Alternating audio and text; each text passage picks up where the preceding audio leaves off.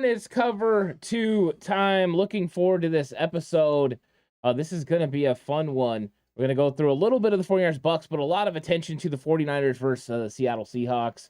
It's tomorrow. Right. The game is it's upon us. We're in Seattle. Like I was saying, man, it was a quick turnaround. It is. It's so quick, and we had to go live to go ahead and talk about it. And what's up, everyone? This is going to be a good one, and we already got people filling up chat. What's up, I Bleed, Red and Gold, Spy Nick Danger, as always, and Marcus Brown. How's it going? We're going to have a fun conversation. And Warren, the 49ers versus Bucks game, I think gave us a really good idea of where this 49ers team with Brock Purdy at the helm. Of course, we did come, away with some injuries, but the 49ers absolutely dominated Tom Brady, absolutely dominated the Tampa Bay Buccaneers. Defense, offense, I mean, it was just an absolute drubbing. And I think it kind of made me feel a lot more comfortable. And now the 49ers are in a position where if they beat Seattle, they win the NFC West. Yeah, that's why I'm super intrigued for this game. And I mean, you win this game. I mean, you're checking off one of your goals. These are one of your 4 goals in the beginning of the season. And it starts with this. You got to win your division. So I'm super excited for this game against Seattle. Take care of business. And let's take care of get that first check mark. But that Tampa Bay game, man, like this is the performance we were waiting for all season. Like how dominant the team was. I mean, This team is just loaded offensively and defensively. It was beautiful Niner football. Yeah, exactly. And what's up, Google account? How's it going? He said, what's up, homies? And Paul, Big Papa in the chat says, wow, cover 2 with live chat. What a treat. Glad you're here, Paul. Always good. And then I Bleed says, wish I didn't have to wait a whole week for football all the time. Right. It is nice when it sneaks up. I'm also going to be very happy that the 49ers are going to get an extended, a time period off. It's almost like a mini bye as they prepare for the Washington Commanders, because I do think that they need to get healthy.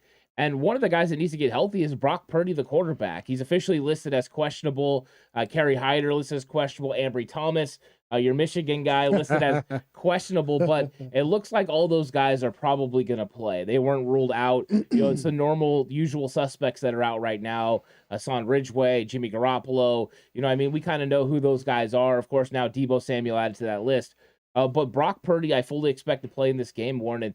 What are you expecting from Brock Purdy? Can he duplicate, the performance he had against Miami, the performance he had against Tampa Bay? This is the game I'm really excited for, to see like what Brock Purdy does. Because I mean, anybody as Niner fans, we know about our history in Seattle, and so this is the game that's really going to tell me, could he possibly be the guy? Yeah, you know what I mean? Like what he did against Miami. I mean, coming off the bench, not preparing all week to be the starter, and the way he performed was beautiful. And then with the performance he put on last week, right, against the GOAT, my GOAT. I don't know if he's your GOAT. He ain't my GOAT. You can have him. Another one of my Michigan guys in Tom Brady was just it was a masterful performance, from Mr. Irrelevant. And so now you're going into the belly of the beast. It's a big game in Seattle.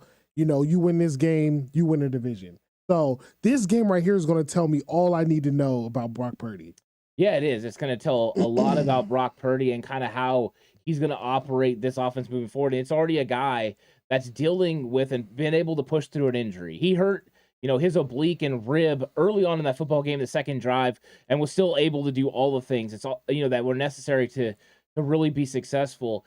And now he's just got to be able to manage the pain. And He knows what this situation means for him in his career. He's not letting Josh Johnson get on that field. They're not elevating Jacob Eason. It's going to be Brock Purdy, and I think Brock Purdy's going to do a good job. And guys, within chat right now, people are bringing up some really good points. Marcus says, I need some TDP. 5 runs is all I ask. And Paul says, I think Purdy's main job is going to be handing the ball off to Jordan Mason and Christian McCaffrey. And you look at Seattle overall, and Seattle's defense has not been good against the run. I did a scouting report video, and I brought up these stats during the scouting report video that's over on Patreon. They've only stopped 2 teams from getting 100 yards rushing the entire season. Those 2 games were week 7 and week 8 against the Chargers and Giants. Other than that, they've given up 103, 189, which was against the 49ers. 179, 145, 235, 144, the 2 anomaly weeks, then 122, 161, 283 to the Raiders, 148, and then 283, 171, and then 223 last week against Carolina. Warren, their run defense is not very good. And what people are bringing up in chat is on point. 49ers should be able to run the football at a high rate, and that will definitely help Brock Purdy get it done. I agree. I mean, that's actually a crazy stat. I mean, to look at that, I mean, they didn't give up 100 yards to probably the two best running backs they played on their schedule, which was Saquon Barkley and Austin Eckler. You would expect those guys to have big games against Seattle, but if you're looking at the rest of their work, I mean, they're susceptible to running game. Right. And that's what we do best. We run the football. And last time we played Seattle, we didn't have Christian McCaffrey. So that just spells nothing but trouble for this team. Yeah. So I fully expect the Niners to come out and do what we do best. Yeah, in Seattle, the first time, they rushed for 189 yards. Jimmy Garoppolo came in after Trey Lance's injury. But your running backs were Jeff Wilson Jr.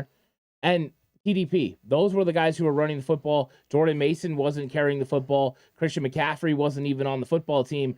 It's very interesting that the 49ers had that much success against Seattle on the ground, even with Jimmy Garoppolo at the helm, because the run game definitely changed at first when Jimmy took over from what Trey was doing.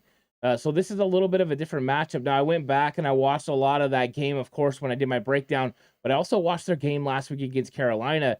And the Seattle linebackers get so engaged in trying to stop that run because they have to use 8 guys and they really have to sell out to stop the run. It opens up a huge void in the middle of the field between those linebackers and then Quandre Diggs and those safeties back there, where they're going to be able to take advantage. And I think that's where Brock Purdy can live. He proved last week he can throw outside the numbers and he can throw deep. Now he can go back to what he did a little bit against Miami and live in the Jimmy Garoppolo area in the middle of the field that's going to be opened up because of the tremendous run game. Yeah, and I mean, he showed it in the Miami game, and he obviously showed against a Tampa Bay is that he could operate the whole field. Like you said, he made plays on the outside, and against Miami, he can make plays on the inside across the middle and stuff like that. And the guy is just, I mean, right now, the way he's playing, it's like he looks unstoppable, to be honest. I mean, his poise in the pocket, his decision making, his confidence. It's like the guy he has it dialed in. Like he knows where to go with the ball, and teams are not backing down. They're blitzing him. They're right in his face. He's taking the pressure. He's soaking it in and making the correct plays each time. So I'm excited to see what Seattle throws at him. It's going to be a hostile environment like it always is in Seattle. And so that to me is what is really going to tell me if he's come around. This is the guy that, might push Trey Lance in the offseason. Is if he could go in here in this environment and win this game, man, like the Niners got maybe the pick of the draft, to steal the draft. Yeah, and what's up, David V? I wanted to go ahead and tip my cap to David V that joined chat. And then I bleed with a good point here. It's a diehard fam who will root for anyone at center for our team, but Purdy played it just as good, if not better, in 2 weeks than most have in a long time. Scrambling with purpose, not out of fear. I think that's a very good point and a good comment. And let's talk a little bit about what Brock Purdy's going to be dealing with, because he's not going to have Deebo Samuel. Life without Deebo is here, at least for a few-ish weeks. According to Kyle Shanahan, he could potentially come back at the end of the regular season. I think they're going to end up saving him for the playoffs because I think they're going to have everything they want wrapped up in a nice little bow. But we've got a life without Deebo. What does that look like? Last week, that meant Ray McCloud filling that Z role within this offense and taking over some of the things Deebo did. He carried the football, the backfield. He ran jet sweeps. And then Kyle Shanahan said, don't let him hear that he can't do some of the things that Deebo can do, because he thinks he can do them all. That's interesting. Life without Deebo, man, I'm curious to see what it looks like. I mean, you're going to see the usual suspects. You're going to see Kittle. You're going to see Christian McCaffrey. You're going to see Brandon Ayuk. But what I found really interesting is at the end of the game, we've seen a little bit of Danny Gray. And so I want to know, where's this going? Because in the preseason, we all expected to see a lot of Danny Gray with Trey Lance. With him being a big play receiver, being able to stretch the field, open up a ton of space for the offense. So seeing him at the end of the game, it makes me curious that is Shanahan getting him ready? Is he going to unveil him a little bit? Because with Jimmy G, we all know he really didn't push the ball downfield too much. And he had a history of this in his career.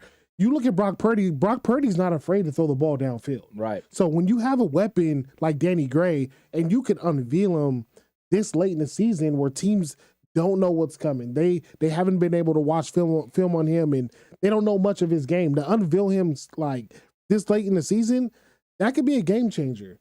Yeah, Danny Gray, it's interesting because he's really the backup for Brandon Ayuk. You know what I mean? He plays that X receiver role. Got tremendous amount of speed and the ability to, to stretch the defense. His role definitely changed within this offense when Trey Lance got hurt. You know what I mean? He was the guy that Trey Lance was going to be able to whip it down the field and throw it to and take the top off so they could kind of open up some of those intermediate areas because, that's not where Trey liked to live. But if you could open it up, he could have success there. And he had a couple of those really nice layer throws against Chicago. Absolutely. But now what you have to do, and this is kind of what Paul is saying in chat, is you kind of have to find a way to use a multitude of guys to come up with Deebo's production. Some of that is going to be Christian McCaffrey lining up in the slot, them getting quick screens to him. Sometimes it's going to be Jordan Mason having his carries in the backfield, or it's going to be Jawan Jennings catching the balls on quick screens, or Ray McLeod doing those things. It's going to take a multitude of different guys to be able to fill in Deebo's role. The good news is the 49ers have one of the most versatile rosters, and they can all help out. George Kittle can do something that Deebo needed, that Deebo was doing. Are they going to do it to that level?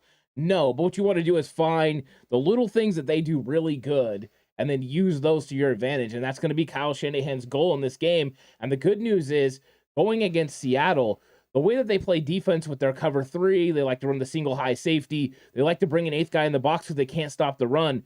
That means you're going to get some cool matchups. You're going to get linebackers lined up on Christian McCaffrey out wide. Jeff Wilson Jr. won one of those in week 2. And I think we're going to have advantages for the 49ers so they can overcome a loss of Deebo, especially in the short term. And I think that's good news because of the sum of weapons can equal a Deebo. Right, I agree. And I mean, we can't forget about Juice. Yeah. Juice is always a forgotten guy, He is. And when somebody goes down, Shanahan just likes to use him in spots, but I'm waiting for Juice to have just a monster game. And I think it's coming. I have a feeling that it's going to come sometime in the regular season or maybe even in the playoffs. But Juice to me is a perfect candidate to kind of take that pressure off of not having Deebo around. So I like when we get Juice involved in the offense. What's up, Filthy Swift 49, and what is up to Ramos? I hope you guys are having a good one. And Filthy says, "Bang bang, big game tomorrow. Let's win the West in the nest." I like that. A little extra there. It was very nice. And I think with Deebo, the question marks around the wide receiver position, it kind of that hierarchy. I mean, I'm sure the 49ers are probably going to elevate somebody from the practice squad. They've kind of done this. They've had different guys that come up. I don't think that it could be Willie Snead if they were looking for a veteran. Snead's also a good blocker. Tay Martin, another option. They have options within the practice squad. I think they're going to roll mainly with those top guys, Brandon Ayuk, Jawan Jennings, Ray McLeod, and then they'll use a couple of tight ends the way they've used Tyler Kroft. But you're right. I think this could be Danny Gray's opportunity. He got 11 snaps last week. This could be his opportunity to kind of double up on that. And let's see what the young cat can do against some young cornerbacks. Tariq Woolen, that guy is one of the most athletic, tall freaks in this league, and he's come up with 6 interceptions. He's doing a good job. But you have advantages in the slot against guys like Kobe Bryant, the young rook there. So I think there's avenues to be able to take advantage of them. How do you see it going? Do you think that's what it's going to be? Or do you think the 49ers go to like a 3 wide receiver look mainly when they have those wide receivers out there and fill it in with tight ends and Christian McCaffrey? I think it's going to be a little bit of both. I think it's going to be very multiple. I mean, would you have a weapon like Christian McCaffrey where you could use him in the backfield and you can split him out wide like you were doing with Deebo Samuels? It's just a deadly combination. It's a deadly formula because you don't know where he's going to line up. Yeah. So when you lose somebody like Deebo, I mean, you're expecting the production for people to pick up his production. You expect Jawan Jennings. Jawan Jennings, what he's done this season and the production he's gave the team this season has been huge. I mean, 3rd and Jawan. I heard he doesn't like the 3rd and Jennings, but I guess he likes the 3rd and Jawan. So 3rd and Jawan, he's been perfect this year. Brandon Ayuk, I fully expect him to take over as the number 1 receiver. The way he's played this year, he's starting to look like the number 1 receiver. I mean, the double moves the guy runs is just, it's beautiful. Watching his film is like some of the best and exciting film to watch. Just his route running is he's really come along. Yeah. So, and you bring in Danny Gray. Like I said before, Danny Gray is I'm excited to see what he could bring to the offense because we haven't seen Danny Gray. We've seen a little glimpse of him in the preseason, and we were all excited. Yeah. We all seen Trey Lance hit him in the deep ball against Green Bay in the preseason, and that's what we were expecting the season to look like. With Garoppolo, you're not really going to see that too much. Like you said, the offense is more, centralized.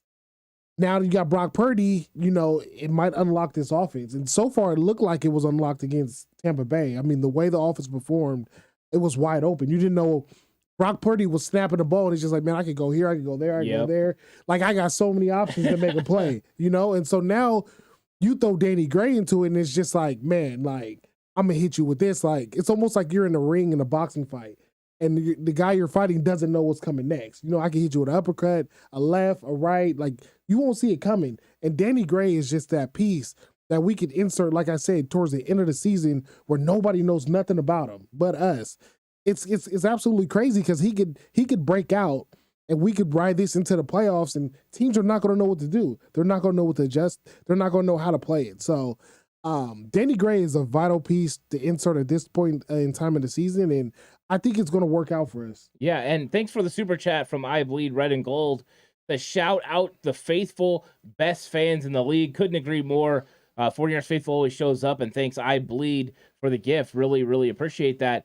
And Ramos is saying that he's expecting Kittle to pick up Deebo's load. What's up, traffic? How's it going? Always good to see traffic up in here. And then Ramos is saying Brock can spread it around, kind of saying the same things you are. And Paul is saying he loves to see Shanahan kind of spreading the rock around with some of the play calling. David V says 4 INTs coming. No faith in Geno Smith. But let's talk a little bit about that defense for the 49ers. There's going to be a little bit of a D-line shuffle because Eric Armstead is going to be the mainstay. He's finally healthy. He's able to play, and he's playing at a high level right now, helping everyone else within the defense. You got Samson Ebukam. You got Nick Bosa, Charles Omenihu. Those aren't the problems. The outside is not the problem. You got Jordan Willis. The interior defensive line is where it is. Hassan Ridgeway, hurt. Javon Kinlaw, hurt.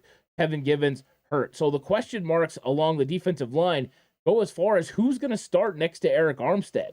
Jay in the Bay talked about this earlier, and he thinks it's going to be a steady rotation between Kerry Hyder, Akeem Spence, T.Y. McGill. I mean, that's probably what it's going to be. I don't know exactly who they start. Is it T.Y. McGill? Is it Kerry Hyder? You would think it's Hyder, but Hyder's dealing with the ankle. Warren, how do you think this D-line, kind of shuffle goes in this game? Is it just a steady rotation, or, is there a guy that's going to get a little bit more snaps next to Armstead than the others? I think McGill's probably going to get a little bit more run than Hyder because he's obviously dealing with something. Hyder is a unique piece because, he used to play with Seattle. Last season he was with Seattle. So he's a guy that you kind of want to unveil in this game just because he's going to have that motivation to get after it, make plays against his old team. Right. But I expect a steady rotation. I mean, this is what I remember a couple episodes ago, we were talking about the whole, who should we activate off the IR. Off IR.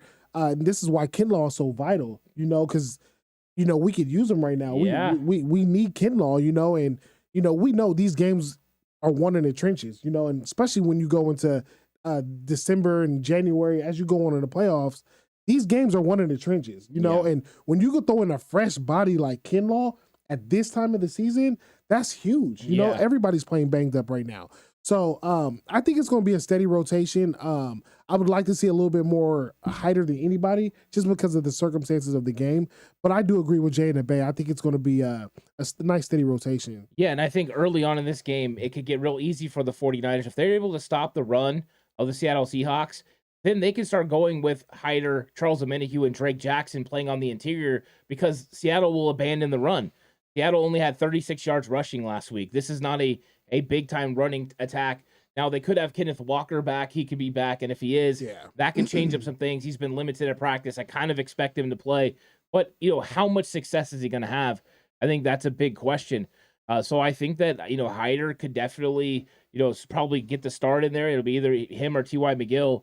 And I think the 49ers are going to be just fine because I think they can stop the run with those guys. Those guys know how to play with run, the leverage, get in their lanes. As long as he's able to eat up double teams, he's going to be able to help stop Seattle. So stop the run early, and I think they'll be just fine. And then we have a couple questions. WTM asked about the biggest concern. We're going to get into that in a little bit, so I won't answer that right now. But WTM, don't worry. We're going to get into that. But Traffic said, do you expect anyone to step in and take Deebo's role, wide receiver, running back mixture? I think it's just a combination of guys. Yeah, it's got to be Christian McCaffrey, probably some Ray McLeod, but just a bunch of guys. And we kind of went over that a little bit earlier. That's what I think it's going to be.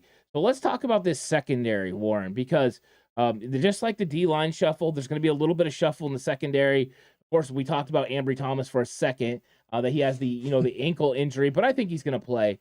But then also you have the injury to Samuel Womack. He has a concussion. There's no way he's clearing protocol in a Thursday night game, so he's going to be out.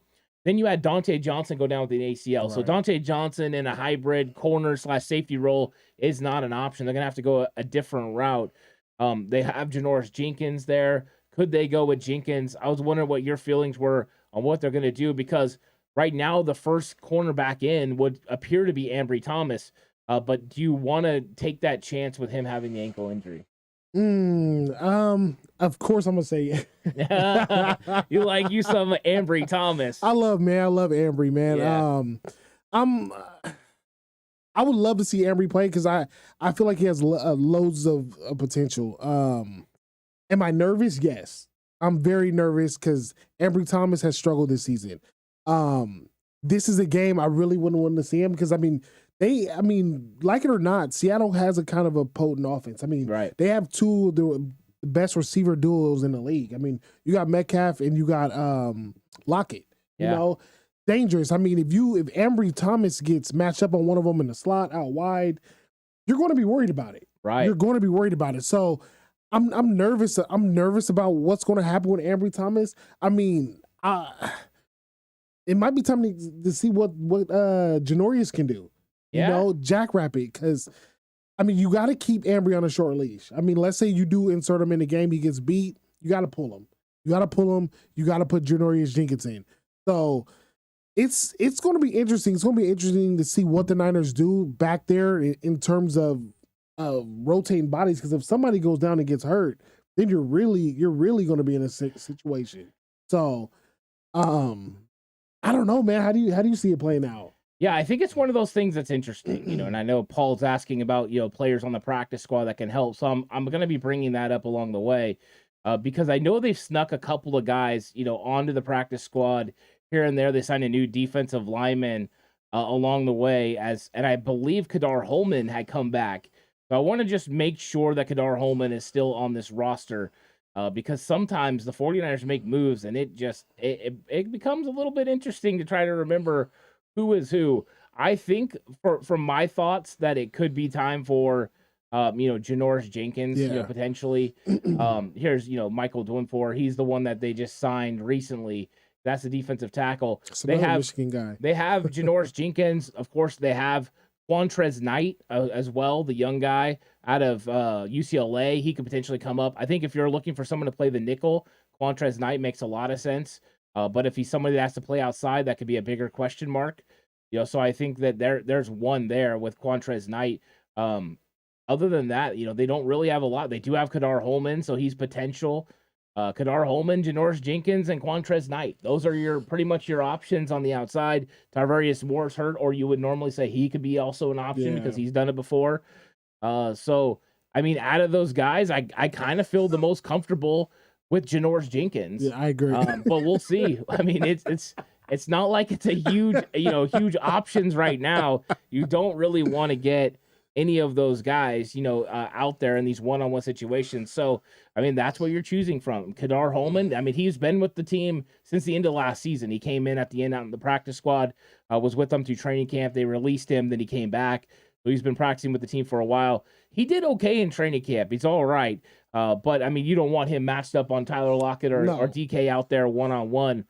So I'm kind of thinking I would probably go with Janoris, but Janoris Jenkins being the first guy in just in case something happens to Lenore, or if something happens to Jimmy Ward, you slide Deommodore Lenore inside and then you put Janoris Jenkins out on the outside. I agree. With Ambry, it's all in his head. I'm worried about his confidence. That's what I'm mostly worried about him. He has the athletic ability to play. We've seen last year.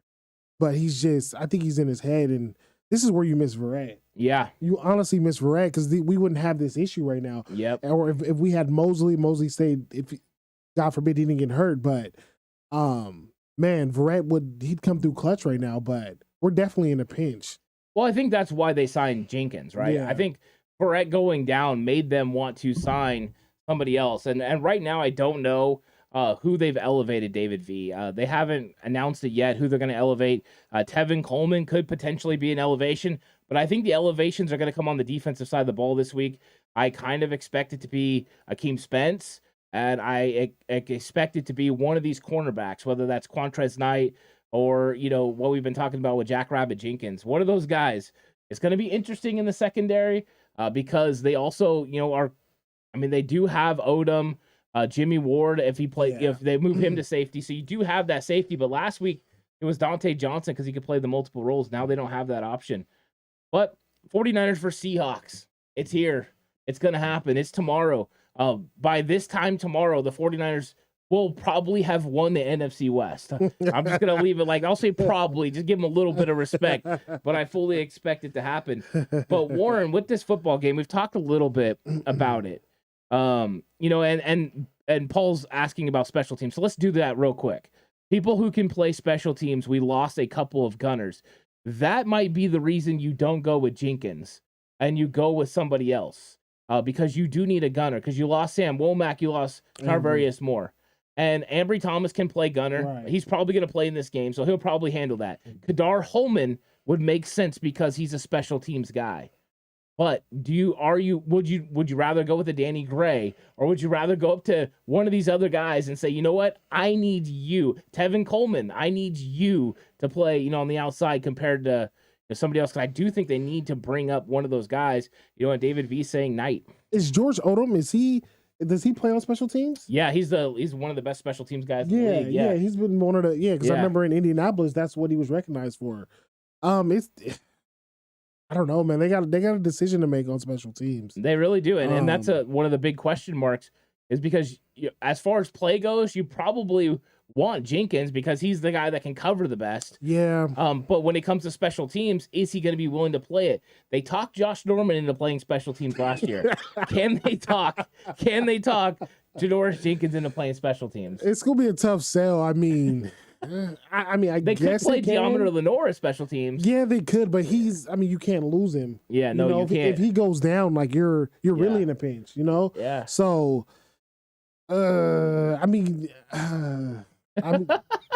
Jordan Mason. Jordan Mason will be out there for sure. I just don't think he's going to play a gunner. Yeah, that's interesting. Yeah, so we'll see. I think Danny Gray could do it. He's got all the speed in the world to do it. Absolutely. Somebody like Ray McLeod can have that kind of role. Those type of guys have probably done it in the past. Young guys are going to be prepared, and the 49ers are going to have to, do what they need to do. But let's talk about the biggest concern for the 49ers versus the Seattle Seahawks. This is what WTM was asking earlier. What is your biggest concern for the 49ers against the Seahawks? Man, my biggest concern going into this game is the environment. That's my biggest concern because we showed earlier in the season, when Trey Lance went down, that we're a better football team than them. I mean, offensive, defensively, if you match up the teams, we're better. When it comes down to it on paper, we're the better football team. What makes Seattle is Seattle. It's the environment. It's just when we go there, for some reason, we just don't play well. Right. And we're going in there with Brock Purdy, and this is his first time playing in Seattle. And this is a huge game. This is the game we got to have. This is the game, like we said before, it wins a division. So to me, that's the biggest thing. If you go in there and you beat that mystique, you win a division.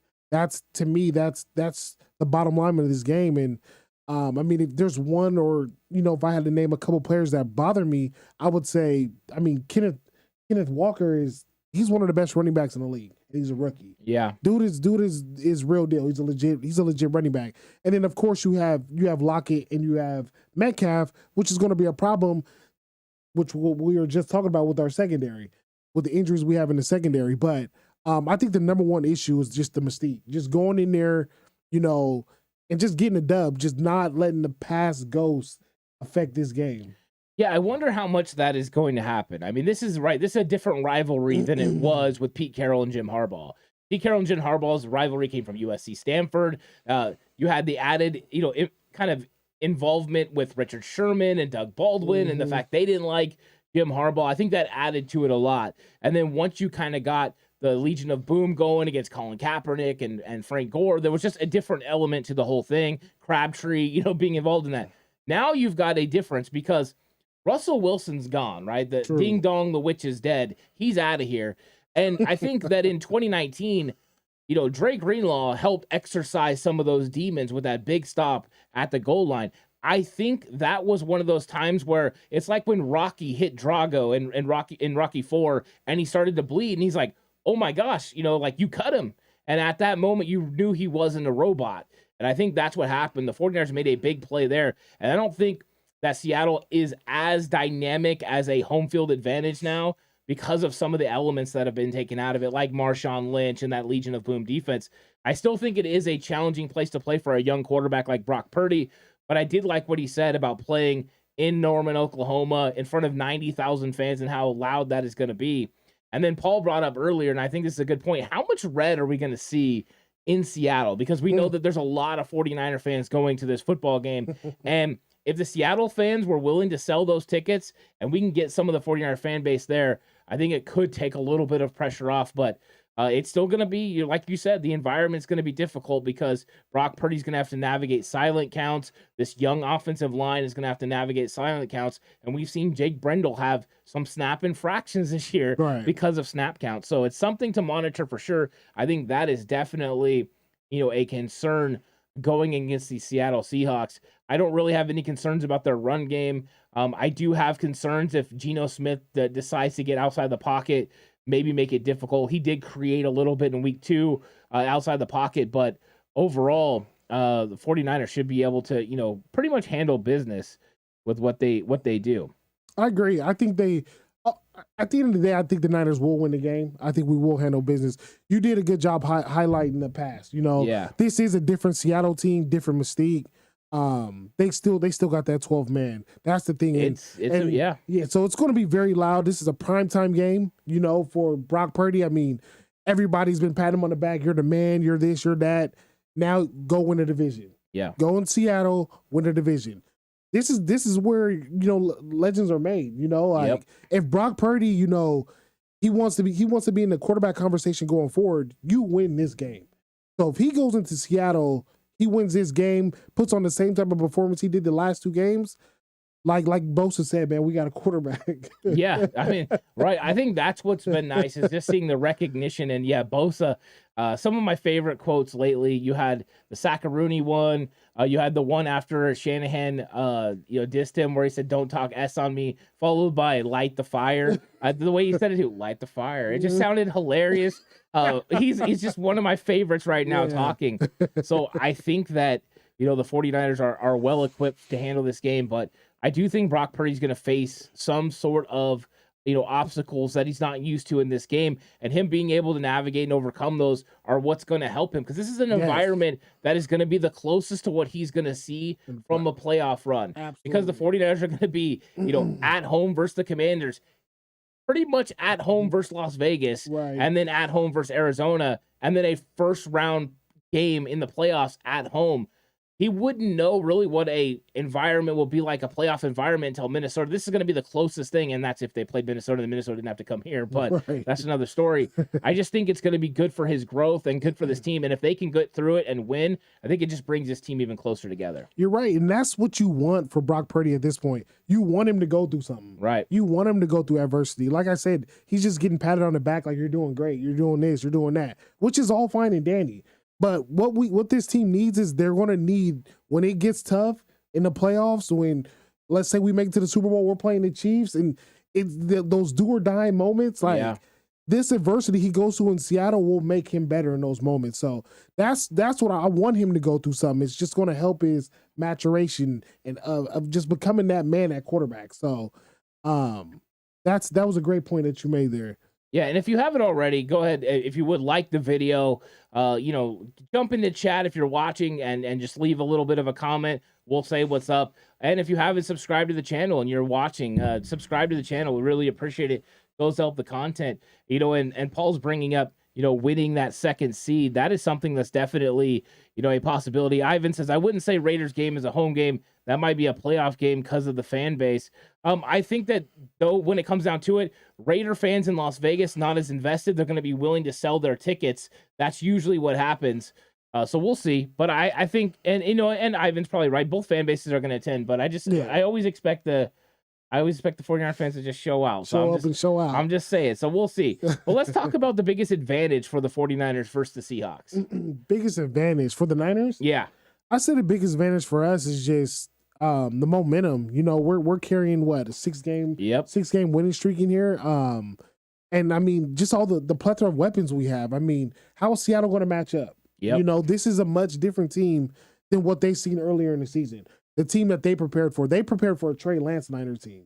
They didn't even get to see the Jimmy G team. Yeah. Now they're seeing the Brock Purdy team, and this is just a much different team than what we were beginning of the season, offensively and defensively. I mean, you look at defensively, this is one of the best defenses we've seen in Niner uniform. I mean, they're bowling out on all three levels. Yeah, we have injuries.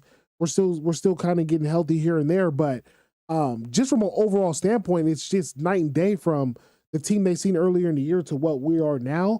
I just don't think they're ready for what we're bringing to Seattle. I mean, defensively, we're just going to smother them, Yeah. And then offensively, we're just too multiple. There's too many weapons, too many guys to guard. It's just a headache. It's problems. Yeah, it was one of those things where I didn't remember a whole lot about week 2 until I went back and really watched the all 22 again. And, watching it back, it was the 49ers handling business on both lines. I thought Seattle, when you start reading the names of who Seattle's gotten, they've had a lot of continuity this year. Pretty much all 5 guys are still starting. But they really struggled against the 49ers defensive line. And of course, I mean, Kinlaw and Armstead were both playing. We were a full, healthy defensive line. So that does go a long ways into it. But, it's like one of those things where if you win up front, you're going to have an advantage. And I think the 49ers have that advantage where their fronts are just better. Offensively and defensively, they win. And I went back, and the 49ers offense did not execute at a high level. Their interior offensive line was letting guys go free that were kind of messing up the run game, and yet they were still dominant. And so I just see that as like, we're a different team now. And the way the 49ers execute right now, if they execute at that level, the Seattle Seahawks defensive line is suffering some injuries. They don't have the talent that they had in week 2 all along that defensive line. I think our offensive line is probably healthiest and playing the best together with a Seattle defensive line that's struggling. I just think it's a recipe for the 49ers being able to run the football. And I think with Seattle knowing that, they're going to try to load the box. I think that's going to provide some huge opportunities for Brock Purdy in this offense to make plays.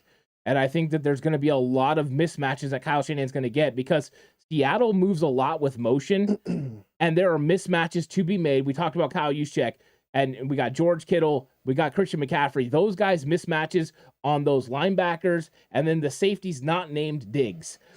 Diggs, I give him so much credit. He's good, really good. Yeah. But everybody else, there's a little bit of a mismatch, and I think that's the 49ers' advantage, is it starts with the line, and then it kind of goes to the mismatches that Kyle Shanahan can kind of get where he wants him to be. I agree. I mean, if you look a few weeks ago, I mean, Seattle gave up 200 yards to Josh Jacobs. Yeah. I mean, the guy had the game-winning touchdown right up the gut, And I mean, we all know, and everybody in the chat knows, Josh Jacobs ain't Christian McCaffrey. No. So if Josh Jacobs is putting up 200 yards, I mean, just imagine the type of day Christian McCaffrey's going to have. Yeah. So I mean, like you said, it's in the all 22. The proof is there. Run the football. Yeah. And I wanted to say what's up to Ivan.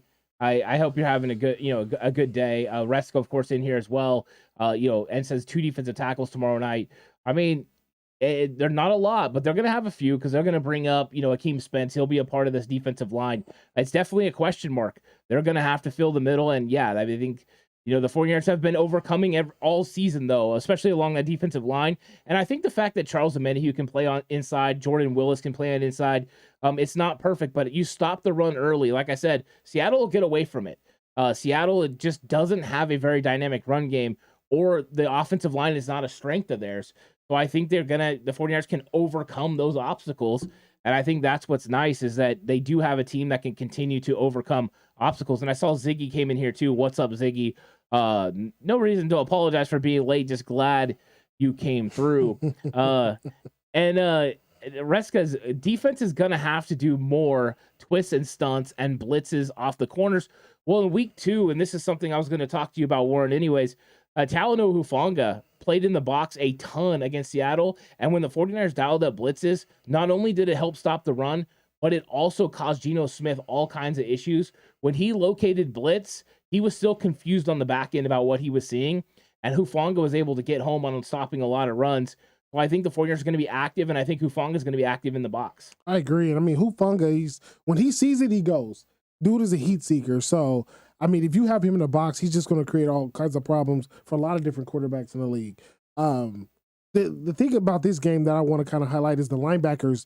Right. They kind of get a break this week. You know, last week, the past 2 weeks against Miami and against Tampa Bay, those are the type of teams that operate the middle of the field quite a bit. Yeah. When you look at the Seattle team, they're more on the edges. They're more, they stretch the ball vertically on the edges, not so much in the middle of the field. So when it comes to, controlling the running game, I fully expect the running backs to just dominate. I mean, not the running backs, the linebackers to just flow to the football, dominate, and there shouldn't be much lanes at all for Seattle to run the football. So our linebacker crew they've been controlling games all damn season, pretty much. Yeah. So I fully expect them to make plays in the running game in this game against Seattle as well. Yeah, I thought what was interesting in that game against Seattle is Seattle in week 2 tried to put the 49ers in base 4-3 sets and then take advantage of Noah Fant and their tight ends against Azeez Al-Shire and Drake Greenlaw. They tried to find those matchups. It wasn't too long that they figured out that wasn't going to work, and they had to go away and go to the nickel, and Womack was playing the nickel at the time. Oh, wow. And the 49ers really handled business and were able to stop them. If the 49ers are able to run, because, Seattle has kind of translated into more of a 3 wide receiver set and spreading it more out over the last several weeks.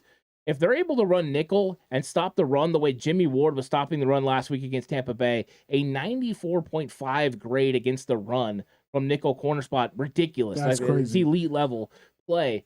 If they can do that, I think that's going to cause big problems for Geno Smith. And if they can't rush the ball at all, I think the 49ers are going to just pin their ears back and get after him because Tom Brady gets rid of the football so much faster than Geno Smith.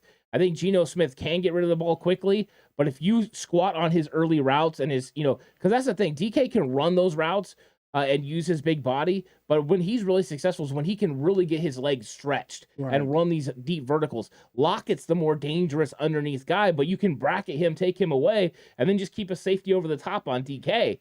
So I don't know exactly where Seattle's going to be able to manufacture offense against this 49ers defense. And one of the reasons is you brought up the linebackers.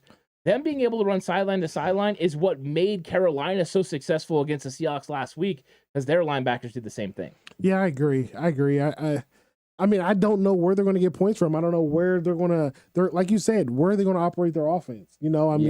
This defense and what DeMeco Ryans is doing week in, week out, like, what did McDaniel say? It's his worldwide domination tour. Yeah. And so the tour goes in Seattle this week. So I don't know, man. I'm gonna be interested to see like what approach Seattle takes against this defense tomorrow. Yeah, and everyone that's in chat right now, leave the score prediction. We're about to get to score predictions right now. Warren, this game against the Seattle Seahawks, the NFC West is on the line. The 49ers, are they going to win the NFC West with Brock Purdy at the helm in Seattle on a Thursday night? It was prime time in 2019 when the 49ers, stopped them at the goal line and won the NFC West. Are the 49ers the first to secure a division title tomorrow night against Seattle? I have the Niners securing the bag. Yeah, the Niners are going to go to Seattle and win.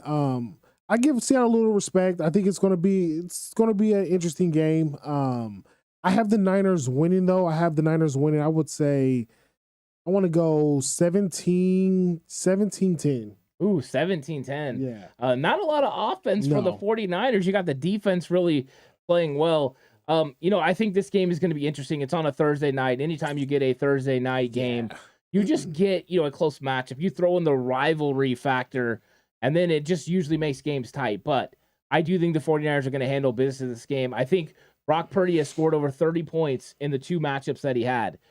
I don't think the Niners are going to score 30 in this one, but I think they're going to get close. I think the 49ers are going to win this football game They're going to win the NFC West, and they're going to do it 27-13. Okay. I think the Seattle Seahawks will get some, a couple of plays, but I think they're going to live on field goals. And I think Brock Purdy and the 49ers offense is going to dominate on the ground, shorten this game a little bit, and I think he's going to make timely throws. But I fully expect Seattle, to make a couple plays here and there and make the 49ers kind of, deal with a little adversity. But I do think Niners get the win. I think we all celebrate. They get a huge break, and then we get to say, you know what? The next time 49ers football comes, the Christmas gift of the Washington Commanders. No, I mean, it's like I said in the beginning of the podcast, this is the first check mark. Yep. As Niner fans, this is what you got to do first. You got to take care of the division. So going to Seattle, business-like mentality, win this game, and then let's start preparing for the playoffs. Let's start getting healthy. Let's stay healthy. Yeah. No more injuries. Let's get Deebo back, and then as we know, let's buckle up for another playoff run, because these playoff runs as Niner fans has just been wild the past few years. Yeah, and what's up to Randy Daytona coming through with I love the Cutback Crew. Cutback Crew is fantastic. We enjoy spending time with the Cutback Crew. And then let's get to some of these scores. Paul Big Papa says 33-7 Niners. Wow. Paul, I love that score. I hope that happens. His score's better than mine. Yeah. I'm taking Paul's score. I Bleed Red and Gold says 21-10 49ers take it. I like that 11 points. One. I think that's a realistic that's reasonable. score. Long time says 49ers win 30-10. 175 plus rushing yards and at least 4 sacks. Okay. I love that from long time. I like the breakdown. David V says 28-12.